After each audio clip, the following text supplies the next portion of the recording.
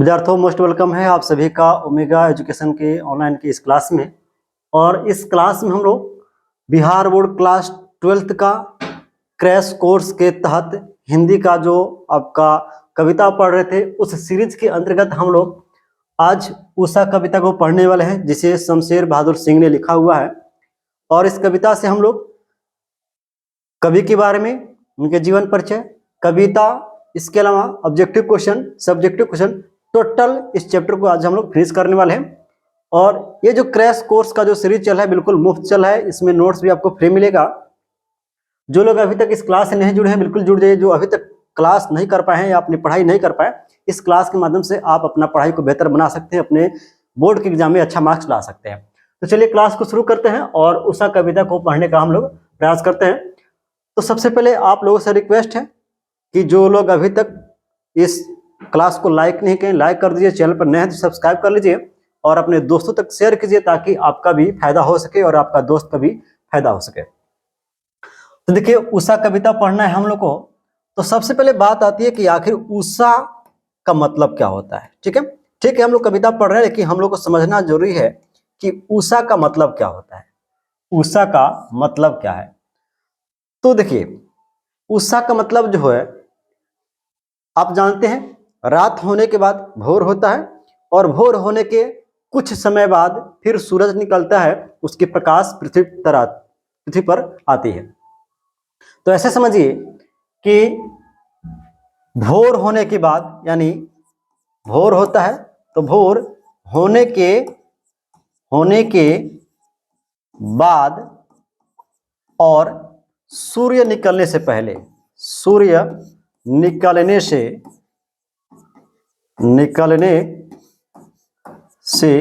पहले का समय। अब देखिए, कहने का मतलब भोर जब होता है उसके बाद का, लेकिन सूरज निकलने के पहले का जो समय होता है, इस बीच जो समय होता है उसी को उषा या उषा काल कहा जाता है। आप ऐसे समझिए, जैसे 3-4 बजे के आसपास भोर हो जाता है, लेकिन सूरज कब निकलता है? तो 5, 5:30 या 6 बजे के आसपास।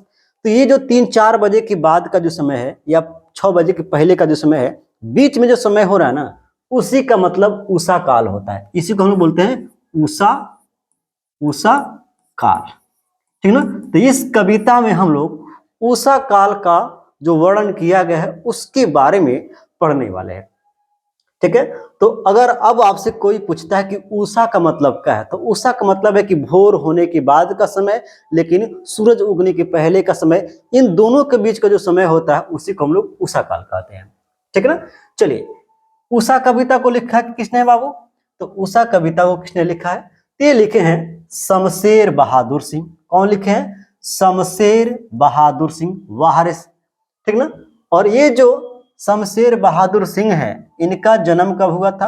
तो देखिए, इनका जन्म हुआ था 13 जनवरी 1911 में। कब हुआ था? तो 13 जनवरी 1911 में शमशेर बहादुर का जन्म हुआ था।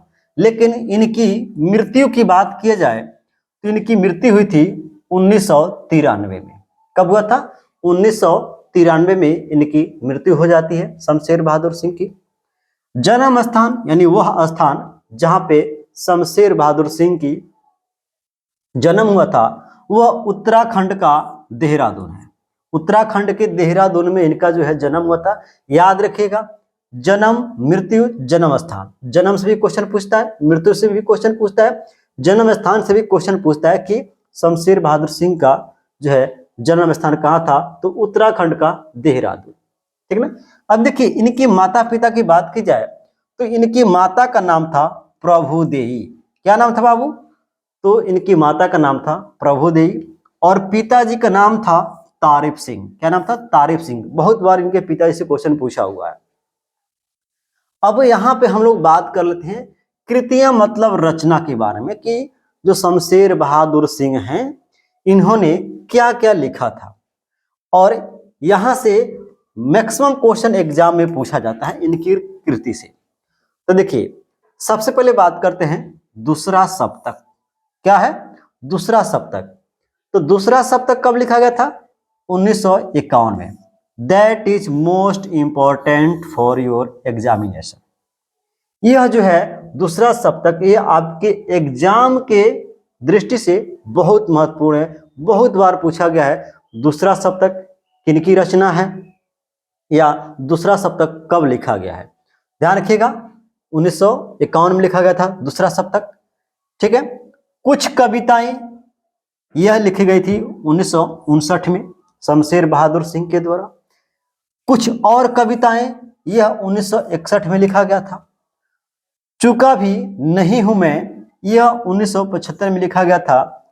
इतने पास अपने, यह 1980 में लिखे थे शमशेर बहादुर सिंह। उदिता 1980 में, बात बोलेगी, ये 1981 में लिखा गया था। इसी तरह से काल तुझसे होड़ है मेरी 1982 में, और सुकून की तलाश ये लिखी गई थी शमशेर बहादुर सिंह का।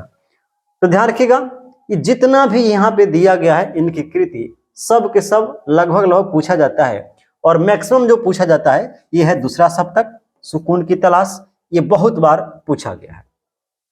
ठीक है, इस बात को ध्यान रखना है। ठीक है, चलो इसको याद रखना, क्योंकि क्वेश्चन देता है कि निम्नलिखित में से कौन सी कृति शमशेर बहादुर सिंह की है, या निम्नलिखित में से कौन सी कृति शमशेर बहादुर सिंह की नहीं है। ठीक ना, इतना आपको याद रखना है। चलिए अब कुछ महत्वपूर्ण तथ्य के बारे में हम लोग बात कर लेते हैं, महत्वपूर्ण तथ्य के बारे में बात कर लेते हैं जो शमशेर बहादुर सिंह से संबंधित है। अब देखिए महत्वपूर्ण तथ्य है क्या, तो कहा जा रहा है कि सन 1929 में, कब याद रखिएगा बाबू, सन 1929 में धर्म देवी से ये विवाह करते हैं, जबकि 1933 में इनकी पत्नी की मृत्यु हो जाती है। महज कितने साल, तो महज 4 साल में, कितने साल, महज 4 साल में इनकी पत्नी का निधन हो जाता है। यानी 1929 में विवाह करते हैं और 1933 में इनकी पत्नी जो थी धर्म देवी, इनका निधन हो जाता है। ठीक ना, इस बात को याद रखिएगा। फिर कहा जा रहा है कि 1978 में 3 में सोवियत रूस की यात्रा की, यानी 1978 में ये क्या थे, तो 1978 में ये सोवियत रूस की यात्रा की, मतलब जो आज का रसिया है वहां पर यात्रा किए थे। कब, 1978 में।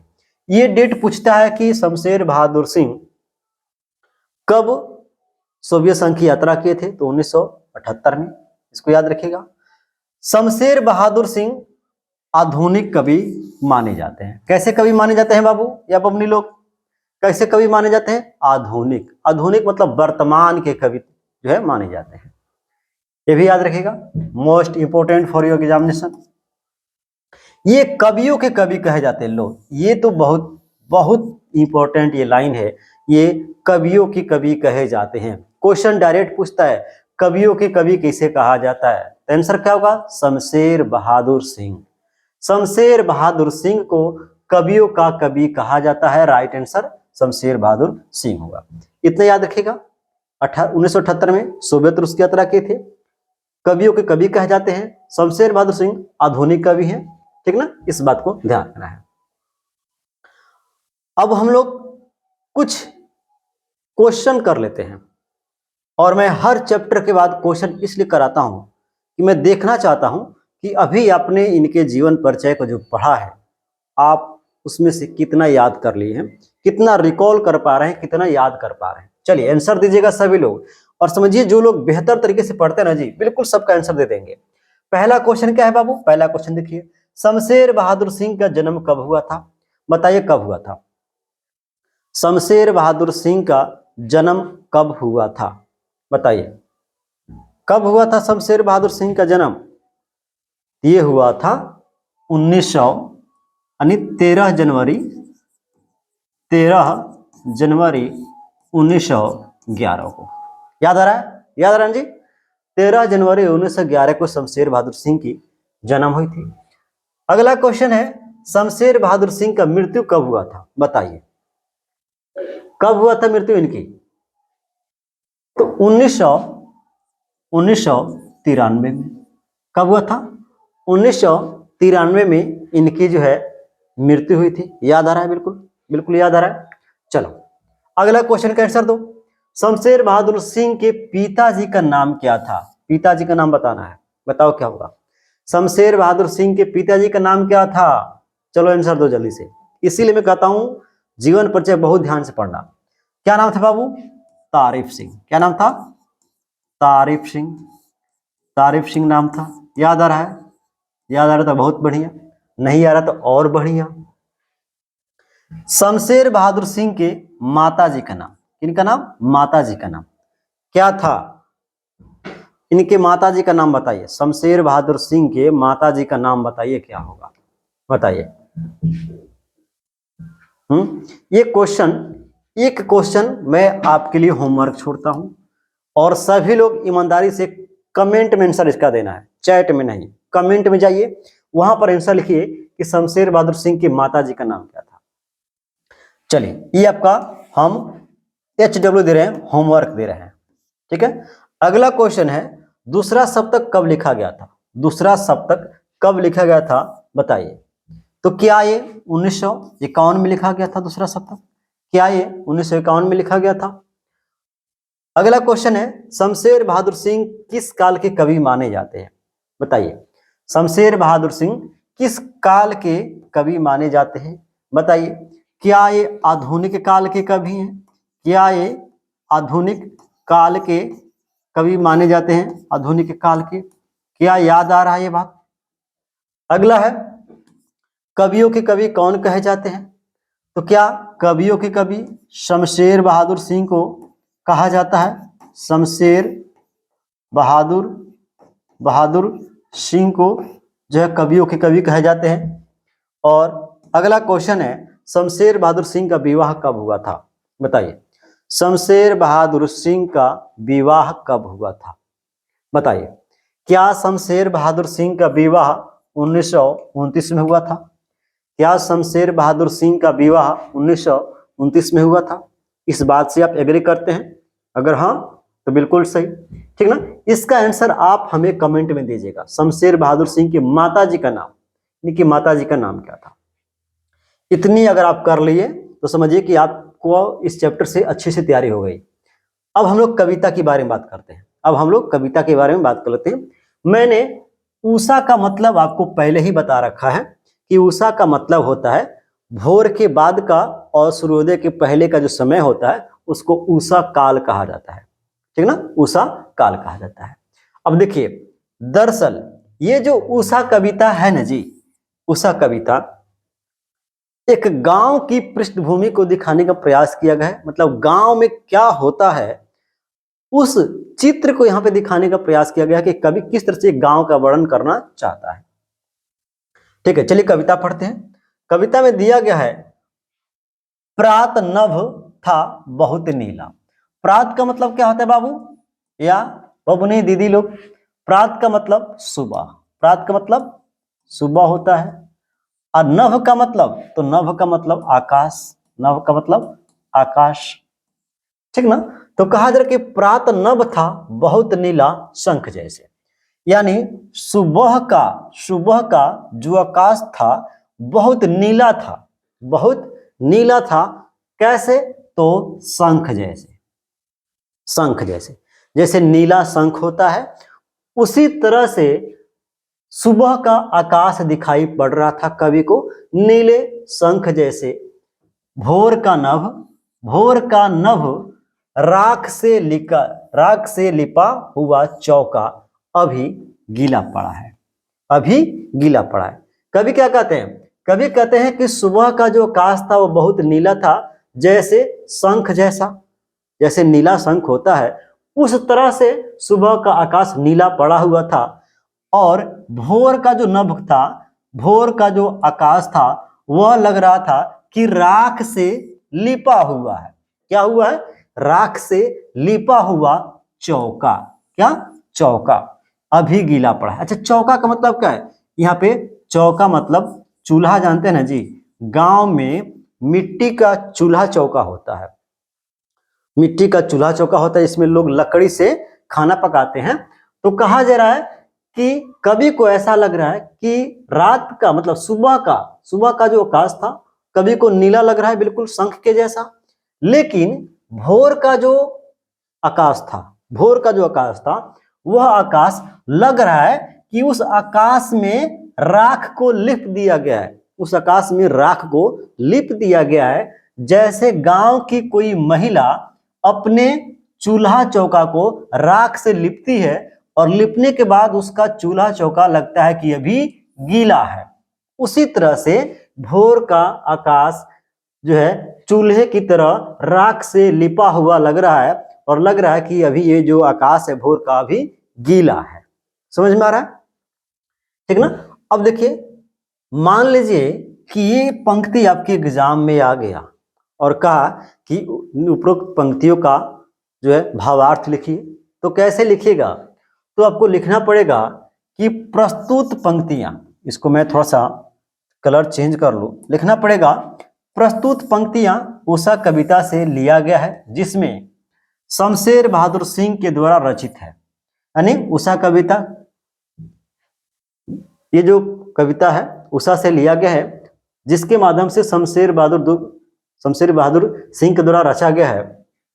और इस पंक्ति के माध्यम से शमशेर बहादुर सिंह प्रातः सूर्योदय से पहले, यानी सुबह में सूरज उगने से पहले सुबह की बेला मतलब उषा, सुबह की उषा के बारे में वर्णन किया है, उसका जिक्र किया है कि सुबह का जो आकाश है एकदम नीला था। कैसा था? तो एकदम नीला था और स्वच्छ भी था, एकदम साफ सुथरा था, साफ था।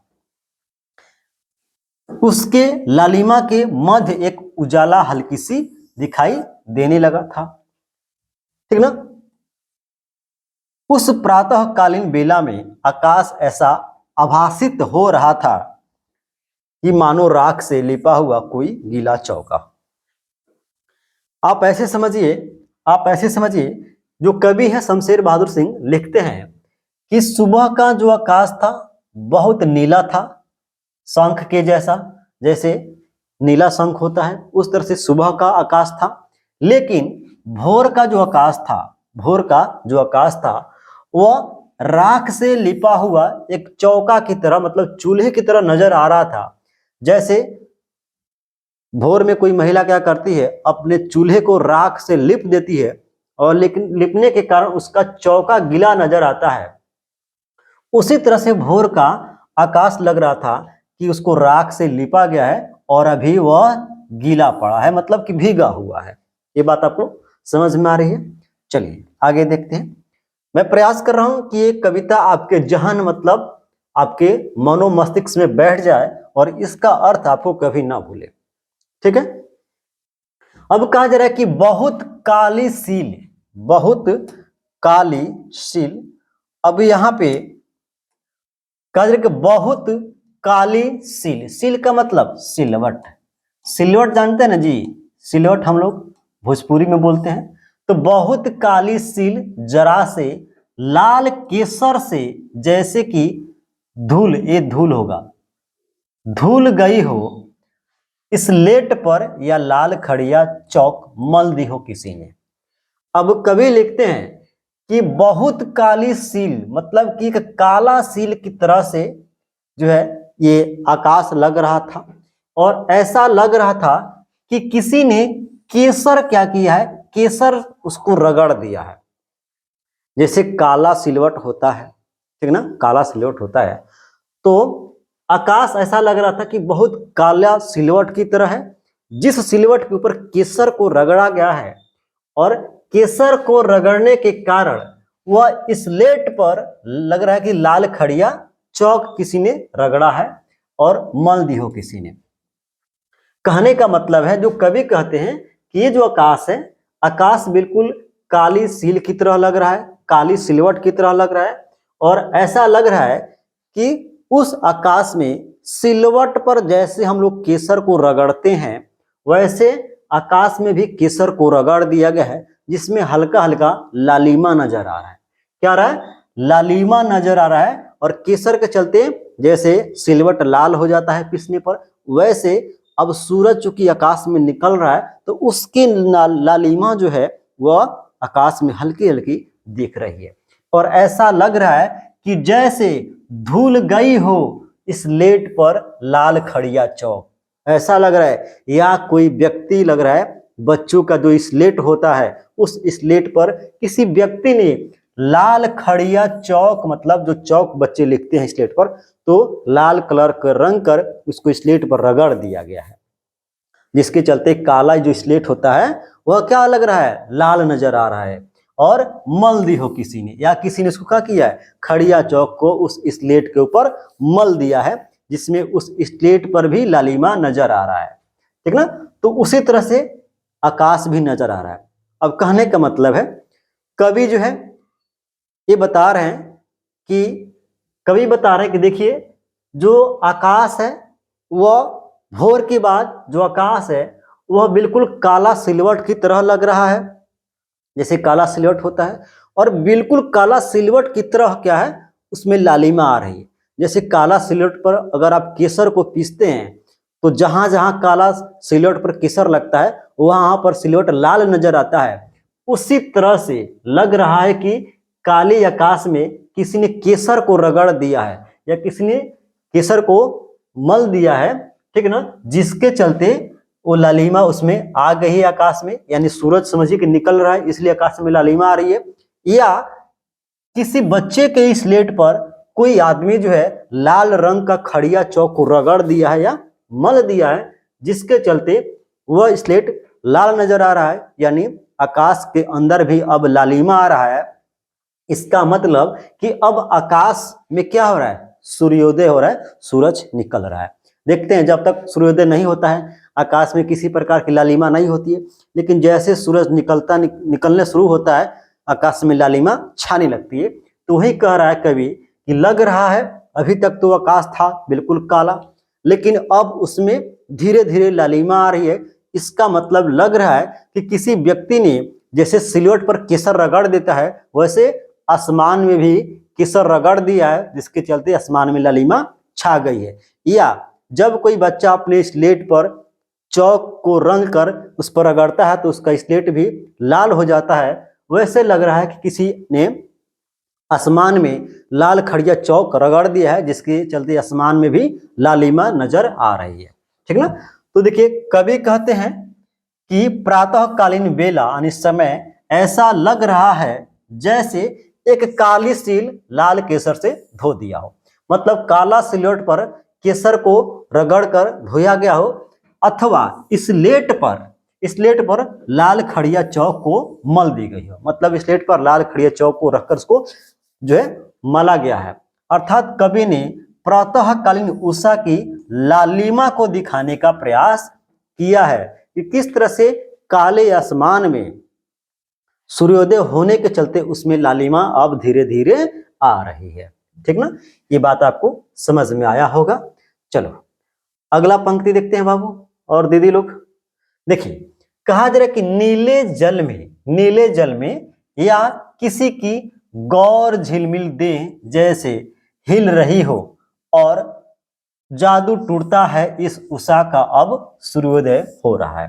अब कवि क्या कह रहे हैं, तो कवि कह रहे हैं कि ऐसा लग रहा है कि जो नीला जल है, देखते हैं कि जल कैसा लगता है, अगर जल एक लोटा हो तो उजला लगे, मतलब वो रंगहीन लगेगा, लेकिन वही जल जब एक पूरा तालाब में हो तो कैसा लगेगा, नीला लगेगा, समुद्र में हो तो नीला लगेगा। तो कवि कहते हैं कि ऐसा लग रहा है कि नीले जल में या किसी की गौर मतलब गौर मतलब गोरा या गोरा झिलमिल देह का मतलब शरीर जैसे हिल रही हो। कवि को लग रहा है जैसे मतलब सुबह हो रहा है, सूर्योदय हो रहा है, सूरज का प्रकाश पृथ्वी पर आ रहा है, तो कवि को लग रहा है कि नीले जल में किसी गोरी युवती मतलब महिला, किसी गोरी महिला का जो देह है, शरीर है, वह हिल रहा है। क्या हो रहा है, हिल रहा है। आप ऐसे समझिए कि अगर आप तालाब के पास हो और सूरज आपके पीछे से निकल रहा है, आपके आगे जो है तालाब है, तो होता क्या है, सूरज आपके पाछे से निकल रहा है तो आपकी परछाई उस तालाब में पड़ती है, और तालाब में एक ढेला यानी मिट्टी या कुछ पत्थर फेंकिए, तब उसमें तालाब में क्या होता है, इस तरह का लहर उठता है, तालाब में इस तरह का लहर उठता है चारों तरफ, इस तरह से भागता है, ठीक है ना। और आपका जो इसमें चित्र रहेगा वो हिलेगा ऐसे करके, ठीक है ना।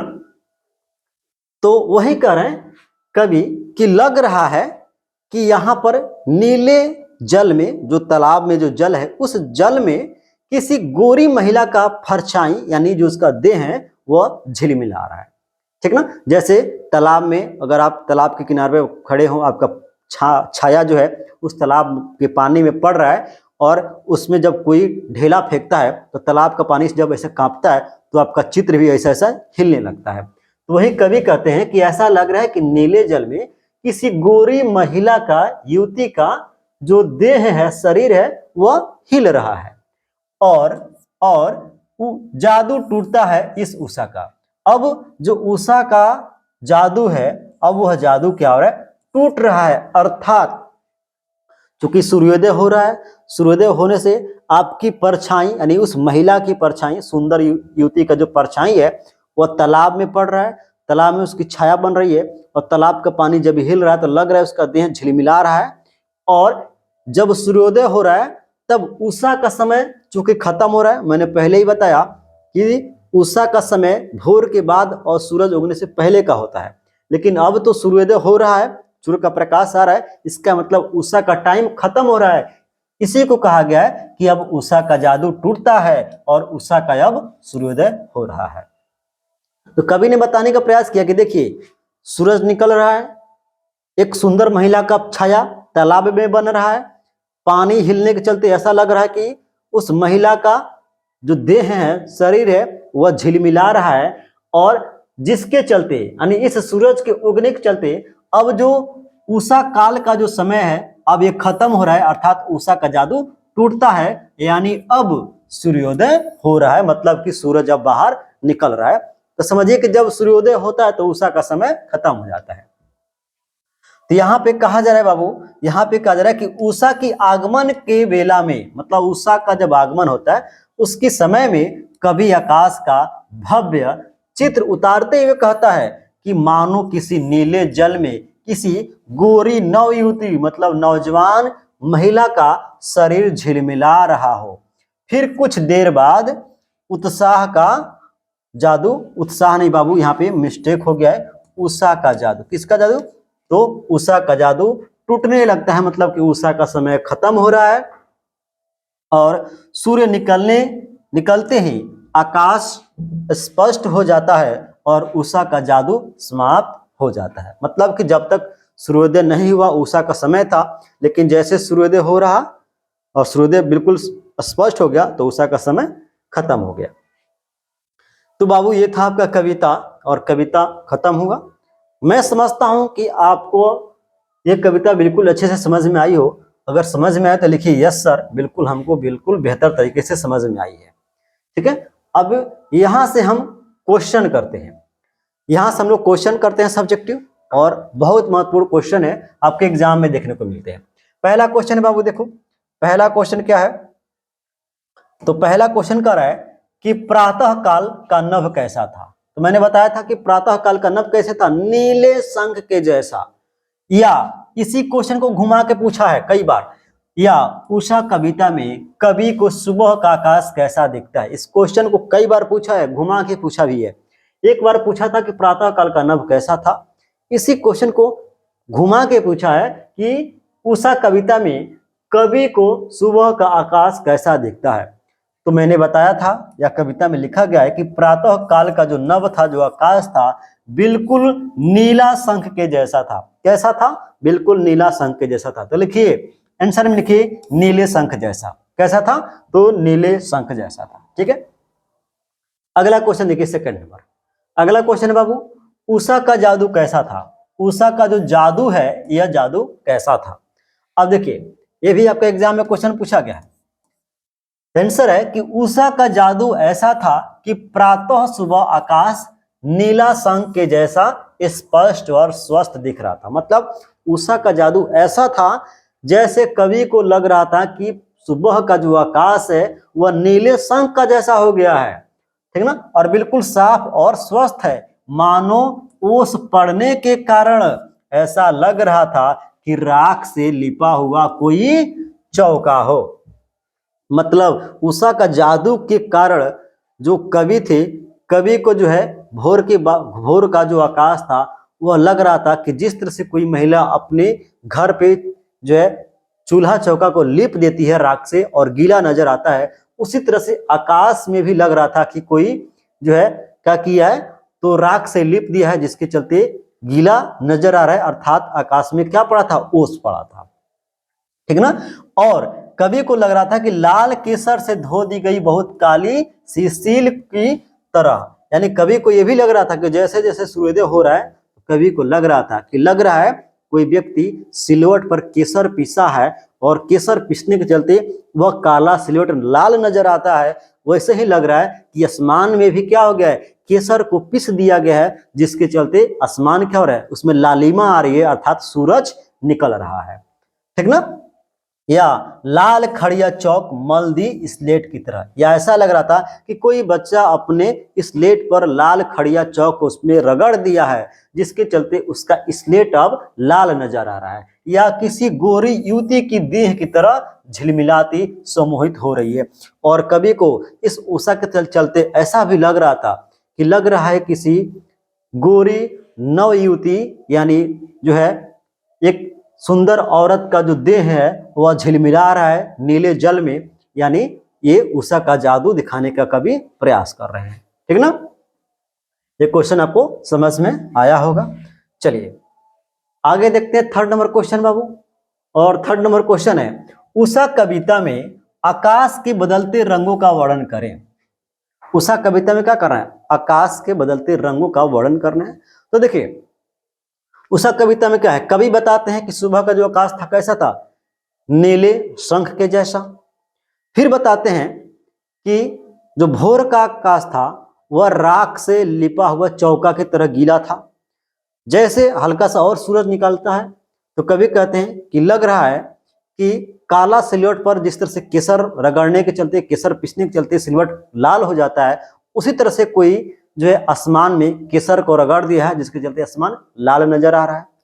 कभी फिर कहते हैं कि ऐसा लग रहा है कि कोई बच्चा अपने स्लेट पर लाल खड़िया चौक को रगड़ा है, जिसके चलते उसका स्लेट लाल हो गया है, यानी आसमान भी क्या हो गया है, लाल नजर आ रहा है। तो उत्तर है कि शमशेर बहादुर सिंह ने अपने इस कविता में उषा के सौंदर्य का वर्णन एक चित्रकार की तरह किया। कैसे किया, यानी कवि अपने इस कविता में उषा के जो समय है उसको, उसका जो सौंदर्य सुंदरता की जो वर्णन है उसको एक चित्रकार की तरह किया। जैसे एक चित्रकार पेंटिंग बनाता है तो जहां जहां जिस कलर की जरूरत पड़ती है वह कलर वो लगा देता है, उसी तरह से शमशेर बहादुर सिंह भी इस कविता को लिखने के लिए जहां जहां जिस कलर की रंग की जरूरत पड़ती है वहां वहां उस रंग का इन्होंने प्रयोग किया है। वह उषा की सौंदर्य को विभिन्न रंगों के कोलाज के माध्यम से प्रकट करता है। कोलाज क्या है, तो कोलाज एक पेंटिंग बनाने की एक विधि है। ठीक ना। तो कहा जा रहा है कि ऐसा लग रहा है कि जो कवि है वह उषा के सुंदरता को दिखाने के लिए विभिन्न रंगों के प्रयोग के माध्यम से कोलाज के रूप में दिखाने का प्रयास किया है। उषा का जादू ऐसा था कि वह दृष्टि को अपनी आभा में बांध लेता है, अपने आभा में बांध लेता है नजर को, और कवि को उषा काल का आकाश अपने स्वच्छता के चलते खूब नीले शंख की तरह लगता है। मतलब जो उषा के चलते कवि को लग रहा था कि जो सुबह का जो समय है बिल्कुल नीले शंख की तरह है। ठीक है। चलिए अगला क्वेश्चन देखते हैं बाबू। इसी में थोड़ा सा और है, देख लीजिए। कहा जा रहा है ओस से भीगने के कारण आकाश राख से लिपे हुए गीले चौके की तरह था।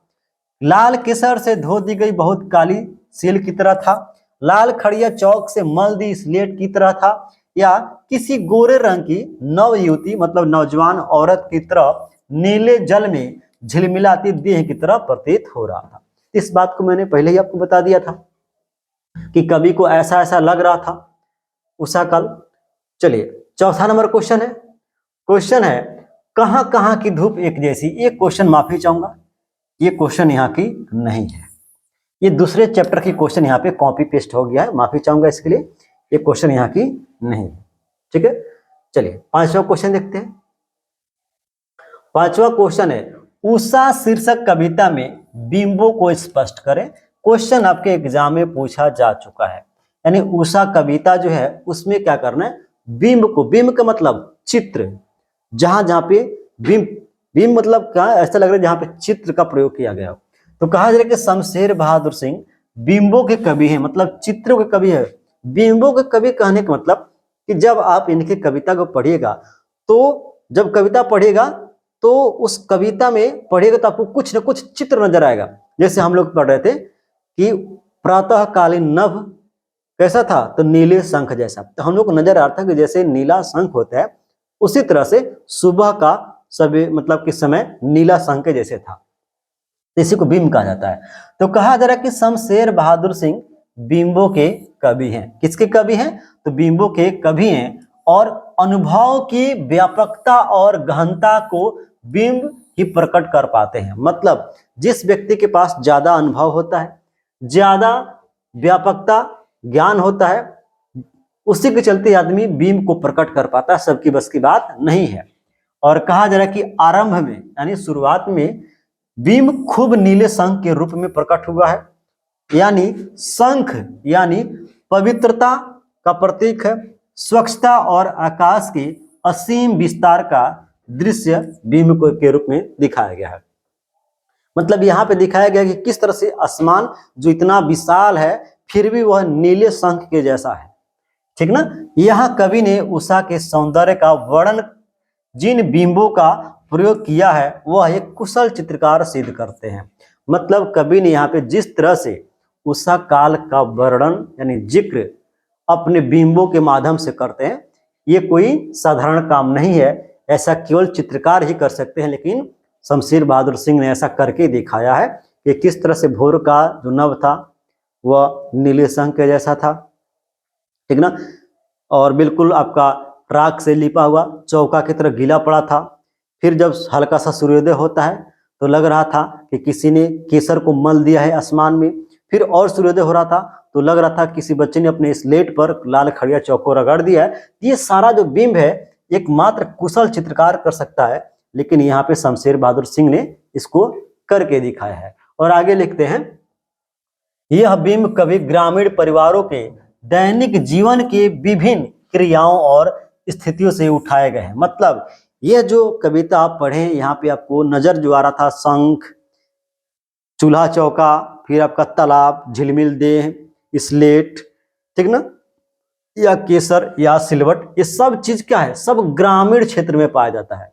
शहर में जाएगा तो ना तो आपको सिलवट मिलेगा, ना आपको वो मिट्टी वाला चूल्हा चौका मिलेगा जिसपे खाना पकता है गांव में। ये सारा चीज जो है कवि ने ग्रामीण स्थिति में मतलब गांव से लिया है। कवि जो है उषा काल में आकाश को ओस से भीगे तथा राख से लिपे हुए गीले चौके की तरह बताया है। और कभी लाल केसर से धो दी गई बहुत काली सी सील की तरह बताया है, तो कभी लाल खड़िया चौक से मल दी गई किसी सील की तरह बताने का प्रयास किया है। तो कभी किसी गोरी नव युवती की नीले जल में झिलमिलाती देह की तरह बिंबित करता है। मतलब कि कवि बताने का प्रयास करता है कि इस तरह का जो है हमको आकाश दिखाई पड़ रहा था उषा काल में। छठा क्वेश्चन है, देखिए छठा क्वेश्चन है, प्रातः नभ की तुलना बहुत नीले शंख से क्यों की गई है। क्वेश्चन आपके एग्जाम में पूछा गया है, यानी सुबह का जो आकाश था उसकी तुलना बहुत नीले शंख से ही क्यों किया गया है। आंसर है कि प्रातः काल की तुलना बहुत नीले शंख से इसलिए की गई है कि वह दृष्टि कवियों को अपनी स्वच्छता के चलते नीले शंख की तरह स्पष्ट और कांतिमय दिखाई पड़ता है। मतलब जिस तरह से नीला शंख साफ सुथरा अच्छा लगता है, उसी तरह से कवि को जो उषा काल में जो प्रातः जो नभ था वह नीले शंख की तरह बिल्कुल नीला लग रहा था और साफ सुथरा और स्वच्छ लग रहा था। इसीलिए कवि ने प्रातः नभ की तुलना नीले शंख की तरह किए हैं।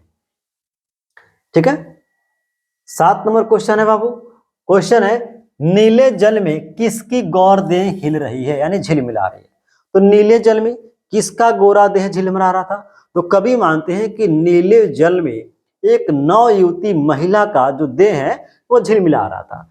तो यह बिंब बहुअर्थी है। क्या है? बहुअर्थी मतलब यह जो दृश्य है इसमें बहुत अर्थ है, अलग अलग अर्थ है। यहाँ गौर देह से तात्पर्य चंद्रमा भी हो सकता है, या कवि की कल्पना किसी गोरी नवयुवती की देह से भी हो सकता है। मतलब गौर देह का मतलब हो सकता है कवि जो है चंद्रमा के लिए लिखे हो, या ये भी हो सकता है कि कवि एक गोरी नौजवान जो है महिला के लिए लिखे हो, ठीक ना, जो प्रातः काल यानी सुबह होने पर किसी नीले जल वाले स्रोत में स्नान हेतु प्रस्तुत हुई हो।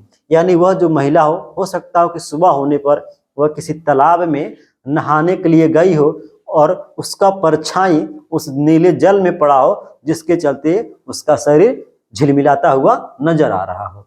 ठीक ना, ये बात कवि लिखते हैं। अब यहां से बाबू हम लोग ऑब्जेक्टिव क्वेश्चन करेंगे। इस बात को ध्यान रखिएगा, सभी लोग, आप लोग सभी के सभी लोग ऑब्जेक्टिव क्वेश्चन का आंसर दीजिएगा, और सिर्फ आंसर ही नहीं देना है, आपको गिनते चलना है कि कौन कौन से क्वेश्चन, कितने क्वेश्चन मेरे सही हो रहे हैं, और फिर देखना है कि कौन से क्वेश्चन मेरे गलत हो रहे हैं। जो क्वेश्चन आपके गलत होंगे एक बार फिर से इस वीडियो को जो है दोबारा जो है प्ले करके आप देख लीजिएगा, वह भी क्वेश्चन आपका सही हो जाएगा और एग्जाम में आप गलत नहीं करिएगा। ठीक है, चलिए हम लास्ट में पूछेंगे कि आपके कितने मार्क्स सही हो रहे हैं। पहला क्वेश्चन है, प्रातःकालीन आकाश कैसा था?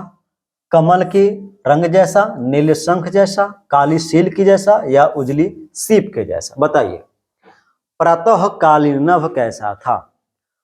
यानी प्रभातकालीन वही प्रातःकालीन नभ कैसा था? आंसर क्या होगा? पहला का आंसर क्या होगा बताइए। जो अभी तक लाइक नहीं किए सभी लोग लाइक कर लो एक बार। राइट आंसर हो जाएगा, ऑप्शन क्या हो जाएगा? बी, नीले शंख जैसा। यानी प्रभातकालीन, उसी को प्रातःकालीन बोलते हैं, तो प्रभातकालीन या प्रातःकालीन जो आकाश था वह नीले शंख के जैसा था। राइट आंसर बी हो जाएगा। अगला क्वेश्चन है, किसने लिखा है जादू टूटता है इस उषा का अब सूर्योदय हो रहा है? कौन लिखे? शमशेर बहादुर सिंह, रघुवीर सहाय, अशोक वाजपेयी और ज्ञानेंद्र पति? बताइए किसने लिखा है अब जादू टूटता है उषा का सूर्योदय हो रहा है? क्या इसको शमशेर बहादुर सिंह लिखे हैं? क्या इसको शमशेर बहादुर सिंह लिखे? बिल्कुल सही। राइट आंसर आपका ऑप्शन ए हो जाएगा। राइट आंसर ऑप्शन ए हो जाएगा। चलिए अगला क्वेश्चन देखते हैं बाबू, अगला क्वेश्चन देखते हैं। अगला क्वेश्चन है, किसने लिखा है बहुत काली सील जरा से लाल केसर से कि जैसे धुल गई हो? किसने लिखा है ये लाइन? बहुत काली सील जरा से लाल केसर से कि जैसे धुल गई हो। अशोक वाजपेयी, शमशेर बहादुर सिंह, ज्ञानेंद्र पति या रघुवीर सहाय? कौन लिखे बाबू? क्या इसको शमशेर बहादुर सिंह लिखे? क्या इसको शमशेर बहादुर सिंह लिखे हैं? बताइए राइट आंसर क्या बी हो जाएगा? इसका बी होगा ना? बिल्कुल सही, सबका बी होगा। बहुत बढ़िया, इसका बी आंसर हो जाएगा। अगला क्वेश्चन देखिए, अगला क्वेश्चन है, सुकून की तलाश क्या है? गजलों का संग्रह, उपन्यास, कहानी या निबंध संग्रह? क्या है सुकून की तलाश? चलिए 4 नंबर का आंसर दीजिए सभी लोग। क्या हो जाएगा 4 नंबर का? सुकून की तलाश क्या है? सुकून की तलाश गजलों का संग्रह है। राइट आंसर ऑप्शन ए हो जाएगा। क्या हो जाएगा? सुकून की तलाश गजलों का संग्रह है। बहुत बढ़िया, बहुत बढ़िया, लाइक करते रहिए और दनादन आंसर कीजिए सभी लोग।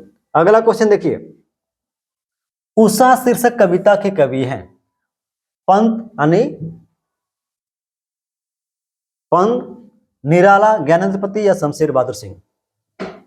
सुमित्रा पंत का मतलब सुमित्रा नंदन पंत होता है, इनका पूरा नाम पंत ही केवल लिखा गया है। तो क्या हो जाएगा? उषा कविता को किसने लिखा है? तो क्या ये शमशेर बहादुर सिंह लिखे हैं? राइट आंसर डी, क्या शमशेर बहादुर सिंह लिखे हैं? चलिए अगला क्वेश्चन, अगला क्वेश्चन है करेजा। एक करेजा लिखो। उषा शीर्षक कविता के रचयिता कौन है? कौन है बताइए? शमशेर बहादुर सिंह, गजानन माधव मुक्तिबोध, रघुवीर सहाय, अशोक वाजपेयी? कौन है उषा शीर्षक कविता का रचयिता? शमशेर बहादुर सिंह। क्या हो जाएगा? शमशेर बहादुर सिंह। बहुत बढ़िया। चलो चलो मेरे बतासे आगे बढ़ो। चलो आंसर बताओ। मुक्तिबोध किस सप्तक के कवि है? बहुत बढ़िया क्वेश्चन आइल बा, बहुत बढ़िया क्वेश्चन आइल बा। ये तो क्वेश्चन एकदम हुबहू एग्जाम में पूछेला, एकदम जे ना पढ़ले रहेला ओकर नानी याद हो जाला। तो मुक्तिबोध किस सप्तक के कवि है? क्या तार सप्तक के हैं, क्या दूसरा सप्तक के हैं, क्या तीसरा सप्तक के हैं, क्या चौथा सप्तक के हैं? बताइए। 7 नंबर क्वेश्चन का आंसर बताइए क्या होगा, क्या होगा जी?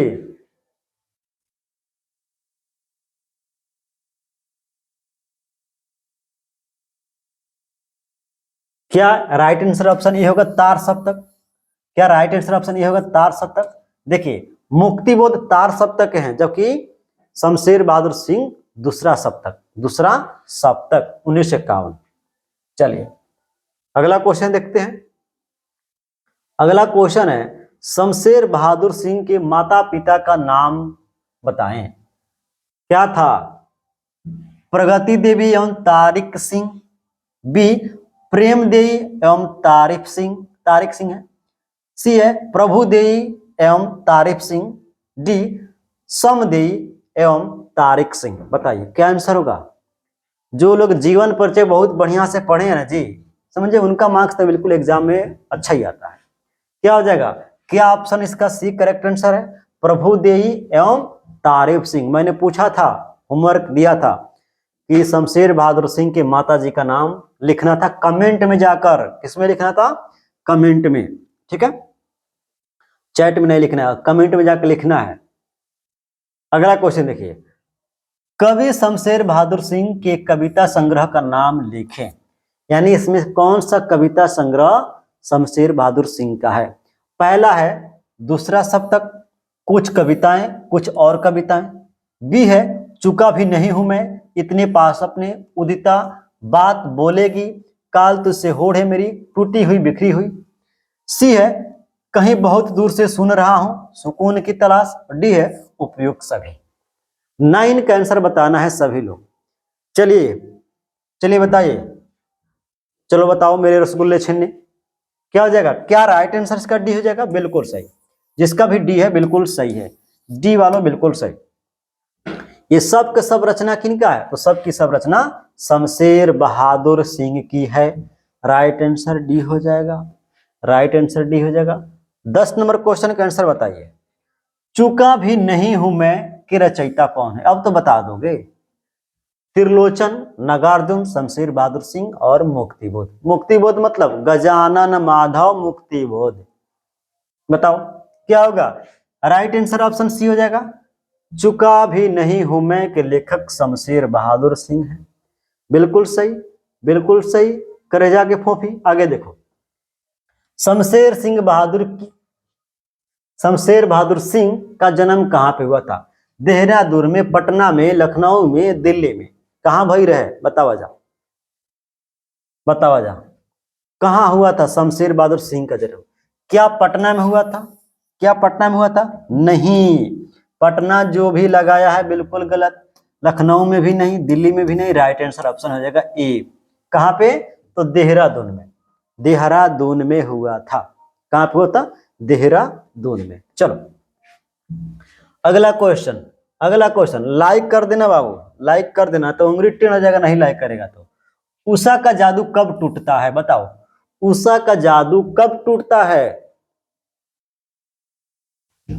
चलो कब टूटता है जी? सपने में, विस्मृति में, सूर्य उदय होने पर, या ध्यान में। तो उषा का जादू तभी टूटेगा ना जी जब सूरज निकलेगा। जब सूरज निकलेगा तो भोर के बाद का समय खत्म हो जाएगा, क्योंकि सूर्योदय के बाद का जो समय है उस तो दिन हो जाता है। राइट आंसर क्या हो जाएगा? सी हो जाएगा। अगला क्वेश्चन देखो, सुकून की तलाश किसकी रचना है? बहुत बढ़िया क्वेश्चन, ये तो एग्जाम का क्वेश्चन है। करेजा भैया लोग, दीदी लोग, ये तो एग्जाम का क्वेश्चन है। बताओ बताओ बाबू, क्या हो जाएगा? सुकून की तलाश क्या दुष्यंत कुमार जी की है? नहीं। क्या गालिब जी की है? नहीं। क्या इकबाल जी की है? नहीं। ये है शमशेर बहादुर सिंह की। किन की है? तो सुकून की तलाश शमशेर बहादुर सिंह की है। डी राइट आंसर हो जाएगा। अगला क्वेश्चन देखिएगा, देखिएगा अगला क्वेश्चन। कौन सी कृति शमशेर बहादुर सिंह की नहीं है? नहीं है, ध्यान रखना, नहीं है पूछा है, नहीं है। इतने पास अपने, उदिता, टूटी हुई बिखरी हुई, भारत, इतिहास और संस्कृति। देखो कौन सी कृति शमशेर बहादुर सिंह की नहीं है? इतने पास अपने शमशेर बहादुर सिंह की है, उदिता ये भी शमशेर बहादुर सिंह की है, टूटी हुई बिखरी हुई ये भी शमशेर बहादुर सिंह की है, लेकिन ऑप्शन डी वाला भारत, इतिहास और संस्कृति ये शमशेर बहादुर सिंह की नहीं है। राइट आंसर क्या हो जाएगा? राइट आंसर ऑप्शन डी हो जाएगा। ठीक है, चलो चलो आगे देखो, आगे देखो, आगे देखो। वीर तुम बढ़े चलो, धीर तुम बढ़े चलो, सामने पहाड़ है बगल से तुम निकल चलो, इतना तुम हइये हो पहलवान। किसका जादू टूटता है? बताओ किसका जादू टूटता है? ऑप्शन दिया है उषा का, संध्या का, रजनी का, नायिका के सौंदर्य का। बताओ किसका जादू टूटता है? तो क्या ये जादू उषा का टूटता है? क्या ये जादू उषा का टूटता है? बिल्कुल सही, जिसका भी ऑप्शन ए है बिल्कुल सही, उषा का जादू टूटता है। किसका जादू टूटता है? उषा का जादू टूटता है। अगला क्वेश्चन देखो, शमशेर ने कब लिखना प्रारंभ किया था? शमशेर, वही शमशेर बहादुर सिंह ने कब लिखना प्रारंभ किया था? 16 का आंसर बताइएगा, 16 का आंसर बताइएगा क्या होगा? क्या ऑप्शन ये हो जाएगा 1932 से लेकर 1933 में, यानी 1932 में 1933 तक इन्होंने लिखना प्रारंभ किया था, 1932-33 में, ठीक ना? ऑप्शन ए हो जाएगा।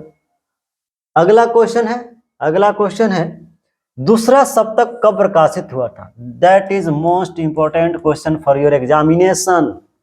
यह क्वेश्चन आपके एग्जाम के लिए बहुत महत्वपूर्ण है। बताइए दूसरा सप्तक कब प्रकाशित हुआ था?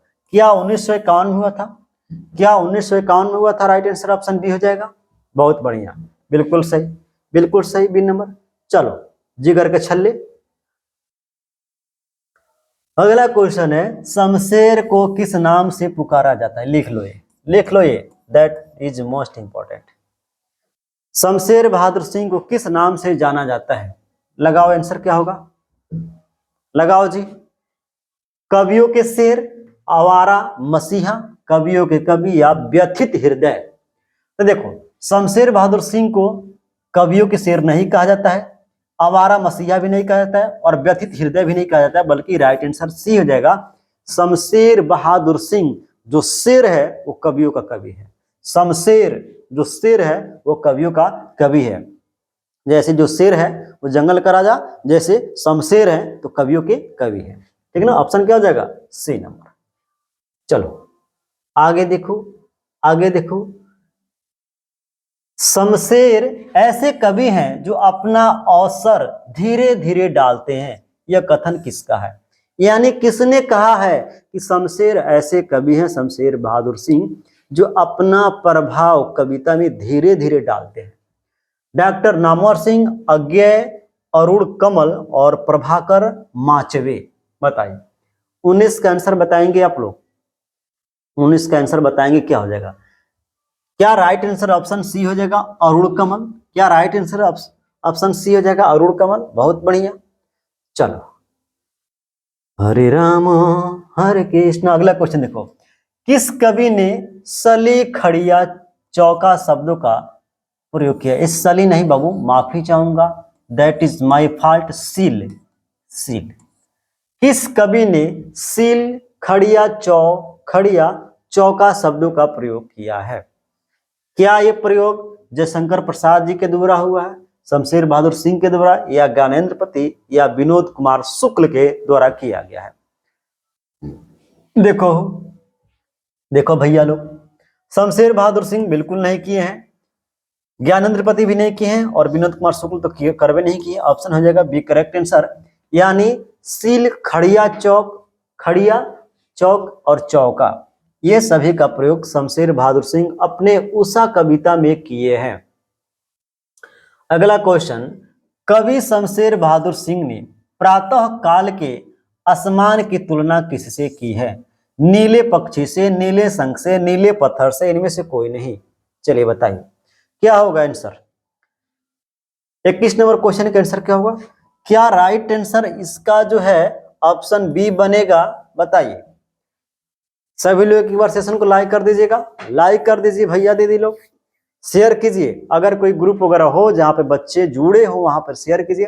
अपने स्कूल में जाकर बताइए कि omega online education YouTube channel पर फ्री ऑफ कॉस्ट में क्लास हो रही है, जहां पे आपको नोट्स भी फ्री ऑफ कॉस्ट में मिलेगा।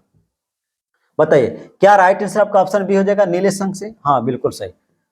चलो अब क्वेश्चन है बाबू 22 नंबर, निम्न में शमशेर बहादुर सिंह की कविता कौन सी है? बताइए। उषा, गांव का घर, पुत्र वियोग, हार जीत। बताइए। तो देखिए इनकी कविता है उषा। कौन सी कविता है? उषा। उषा किन की है? तो शमशेर बहादुर सिंह की है। गांव का घर किसका है? तो ज्ञानेंद्र पति का। ये तो ज्ञानेंद्र पति का है। आगे देखिए अगला क्वेश्चन, कौन सी कृति शमशेर बहादुर सिंह की नहीं है? नहीं है, ध्यान रखिएगा, नहीं पर ध्यान जरूर देना है, यही सब क्वेश्चन फंसाता है। बताइए। इतने पास अपने, उदिता, टूटी हुई बिखरी हुई, भारत इतिहास और संस्कृति। देखिए कौन सी कृति नहीं है? इतने पास अपने, ये है इनकी शमशेर की, उदिता भी है और टूटी हुई बिखरी हुई है। ऑप्शन हो जाएगा डी करेक्ट आंसर, ये कृति शमशेर बहादुर सिंह की नहीं है। ऑप्शन हो जाएगा डी करेक्ट आंसर। अगला क्वेश्चन है, शमशेर बहादुर सिंह का जन्म कब हुआ था? लो अच्छा क्वेश्चन है, एग्जाम के लिए बढ़िया है। बताइए शमशेर बहादुर सिंह का जन्म कब हुआ था? 13 जनवरी 1911, 23 फरवरी 1911 या 13 मार्च 1911 या 22 अप्रैल 1911? देखो 22 अप्रैल 1911 बिल्कुल नहीं, 13 मार्च 1911 बिल्कुल नहीं, 23 फरवरी 1911 बिल्कुल नहीं। राइट आंसर ऑप्शन ए हो जाएगा 23 जनवरी 1911। 13 जनवरी 1911, माफी चाहूंगा, बोलने में मिस्टेक हो गया। अगला क्वेश्चन देखो, क्वेश्चन है शमशेर बहादुर सिंह के पत्नी का नाम क्या था? कर्म देवी, धर्म देवी, रीता देवी, इनमें से कोई नहीं। क्या होगा? क्या नाम था जी शमशेर बहादुर सिंह के पत्नी का नाम? क्या इनकी पत्नी का नाम धर्म देवी था? कब विवाह हुआ था? तो धर्म देवी से विवाह इनकी होती है 1929 में। कब धर्म देवी की मृत्यु होती है? क्या 1933 में धर्म देवी की मृत्यु हो जाती है? इतनी बात समझ में आ रही है? हाँ बिल्कुल समझ में आ रही है। चलो आगे देखो, आगे देखो, कौन सी कृति शमशेर बहादुर सिंह की है? गुलामी का नशा, मुकुल, काल तुझसे होड़ मेरी या विशाखा? बहुत बढ़िया क्वेश्चन है, बहुत बढ़िया क्वेश्चन है, इसमें तो फंसोगे तुम लोग। बताइए कौन सी कृति शमशेर बहादुर सिंह की है? 26 का आंसर बताइए जल्दी से फटाफट। क्या हो जाएगा? ऑप्शन सी बिल्कुल सही है, काल तुझसे होड़ है मेरी। चलो हरे राम हरे कृष्णा। चलो देखो किसका जादू टूटता है? किसका जादू टूटता है? उषा का, संध्या का, रजनी का, नायिका का, सौंदर्य का? क्या हो जाएगा? तो उषा का जादू टूटता है। ऑप्शन ए बिल्कुल सही, ऑप्शन ए वाले बिल्कुल सही, ऑप्शन ए वाले बिल्कुल सही। चलो चलो आगे देखा, आगे देखा लो, शमशेर बहादुर सिंह का जन्म कहाँ पे हुआ था? देहरादून में, पटना में, लखनऊ में, दिल्ली में? तो देखो भैया शमशेर बहादुर सिंह का जन्म ना तो दिल्ली में, ना तो लखनऊ में, ना ही पटना में, बल्कि देहरादून में। कहाँ पे? देहरादून। देहरादून कहाँ पे पड़ता है? तो क्या ये देहरादून, क्या ये देहरादून उत्तराखंड में पड़ता है? क्या ये देहरादून उत्तराखंड में पड़ता है? तो हाँ गुरुजी पड़ता है। बहुत बढ़िया, चेला हमारा बहुत होशियार है सब, बहुत होशियार है सब। आगे देखो, चुका भी नहीं हूं मैं के रचयिता कौन है? चुका भी नहीं हूं के रचयिता कौन है? त्रिलोचन, नागार्जुन, शमशेर बहादुर सिंह और मुक्तिबोध। कौन है जी बाबू? बताओ तो फटाफट, चलो बताओ क्या हो जाएगा? ऑप्शन सी शमशेर बहादुर सिंह, बिल्कुल सही, बिल्कुल सही, बिल्कुल सही। क्या हो करेजा, सही है। चलो चलो दीदी लोग, चलो सुकून की तलाश किसकी रचना है? बताइए सुकून की तलाश किसकी रचना है?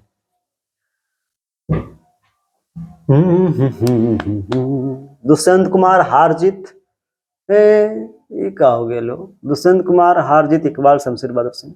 सुकून की तलाश किसकी है? तो शमशेर बहादुर सिंह की है, बिल्कुल सही। सुकून की तलाश शमशेर बहादुर सिंह की है। अगला क्वेश्चन है, अगला क्वेश्चन है, प्राकृतिक वर्णन से संबंधित कविता है। लो एग्जाम का क्वेश्चन है, प्राकृतिक वर्णन से संबंधित कविता कौन सी है? गांव का घर, ये डबल हो गए, गालिब, उषा या साकेत, कौन सा है प्राकृतिक से वर्णन, बताइए प्राकृतिक वर्णन से संबंधित। 31 का आंसर दीजिए फटाफट। हरे राम हरे कृष्णा कृष्ण कृष्ण हरे हरे, उषा हो जाएगा। उषा में ही प्रकृति का वर्णन है, जिसमें बताया गया है कि आकाश कैसा था, तो नीले शंख के जैसा। ये सब क्या है? प्राकृतिक चीजें हैं। चौका, आकाश, नीला शंख, सब क्या है? प्राकृतिक है। अगला क्वेश्चन है 32 नंबर क्वेश्चन है, कवियों के कवि किससे कहा जाता है? शमशेर बहादुर सिंह, निराला प्रसाद या पंत? ये सब तो तुम लोग जान गए हो। अब कहोगे सर जी ज्यादा बकाएंगे तो पूरा आंसर दे देंगे, चलो कोई बात नहीं। अगला आंसर देखो, नीले जल में, नीले जल नहीं, नीले जल में या किसी की गौर झिलमिल दे जैसे हिल रही हो, यह पंक्ति किस शीर्षक कविता से लिया गया है? पुत्र वियोग, उषा, कविता गांव का घर, कवित गांव का घर। बताइए बताइए, पुत्र वियोग ये किसका है? सुभद्रा कुमारी चौहान, सुभद्रा कुमारी चौहान। उषा किसका है? शमशेर बहादुर सिंह, शमशेर बहादुर सिंह। कवित किसका है? क्या भूषण जी का है, क्या भूषण जी का है, याद रखिएगा। गांव का घर किनका है? क्या है? ज्ञानेंद्र पति का है, ज्ञानेंद्र पति का। तो नीले जल में किसी की गौर झिलमिल दे जैसे हिल रही हो, पंक्ति कहां से लिया गया? तो उषा से लिया गया है। कहां से लिया गया है? उषा कविता से लिया गया है। और उषा कविता के जो कवि हैं ये शमशेर बहादुर सिंह हैं, जिन्हें कवियों का कवि कहा जाता है। 34 क्वेश्चन देखिए फटाफट से। शमशेर बहादुर सिंह ने सोवियत रूस की यात्रा कब की थी? लो मोस्ट इंपॉर्टेंट, 1975 में, 1978 में, 1960 में, 1976 में। बताइए क्या होगा? 34 का आंसर क्या हो जाएगा? शमशेर बहादुर सिंह ने सोवियत संघ की यात्रा 1978 में किए थे। ऑप्शन क्या हो जाएगा? ऑप्शन हो जाएगा बी करेक्ट आंसर। क्या हो जाएगा? आंसर हो जाएगा बी जो है करेक्ट आंसर। क्या हो जाएगा? B correct answer. बहुत बढ़िया। अब बताना है परदेसी कि तुम लोगों का कितना है टोटल? 34 क्वेश्चन में से कितना क्वेश्चन सही है? सभी लोग बताओ। चैट में नहीं बताना है, चैट में नहीं बताना है। चैट छोड़ के बगल में लिखिएगा, ऐसे हटा के वहां पे लिखा हुआ कमेंट, कमेंट में बताना है कि 34 में कितने सही है, तब मनाएगा, नहीं तो हम तो नहीं मानेंगे, हम तो नहीं मानेंगे। ठीक है ना? इसका बताना है कि 34 में से कितने सही मार्क्स आए हैं आपके। और जिसका भी क्वेश्चन गलत हुआ है एक बार वीडियो को दोबारा देख लेना, क्वेश्चन सही हो जाएगा और एग्जाम में गलत नहीं करिएगा। ठीक है? तो इतना ही रहने देते हैं और फिर मिलेंगे किसी और क्लास में। तब तक आप लोग वीडियो को लाइक शेयर सब्सक्राइब कीजिएगा, दोस्तों तक शेयर कीजिएगा और चैनल को सब्सक्राइब जरूर कीजिएगा। थैंक यू, गुड नाइट सभी को, टेक केयर, ओके बाय।